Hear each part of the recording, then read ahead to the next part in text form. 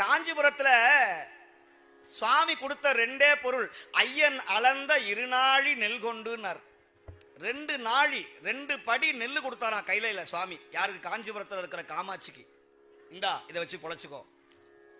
அம்மா என்ன பண்ணாங்களா, அந்த நெல்லை கொண்டு வந்து சோழ நாட்டில் அப்படியே நெல்லை தூங்குனாங்களா, அது விவசாயியா பெருகிச்சு.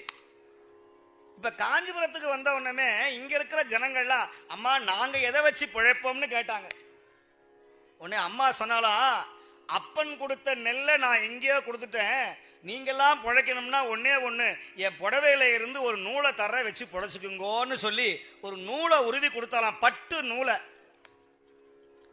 அந்த பட்டு நூல் தான் பாவடியில போய் சேர்ந்து இன்னைக்கு வருஷ கணக்கில் நம்முடைய மானத்தை மறைப்பதற்காக அந்த காலத்துல பாவடியில நூலை காய வச்சு அந்த கஞ்சியை தான் உண்டு சிவபெருமானை மறக்காமல் தேவார திருவாச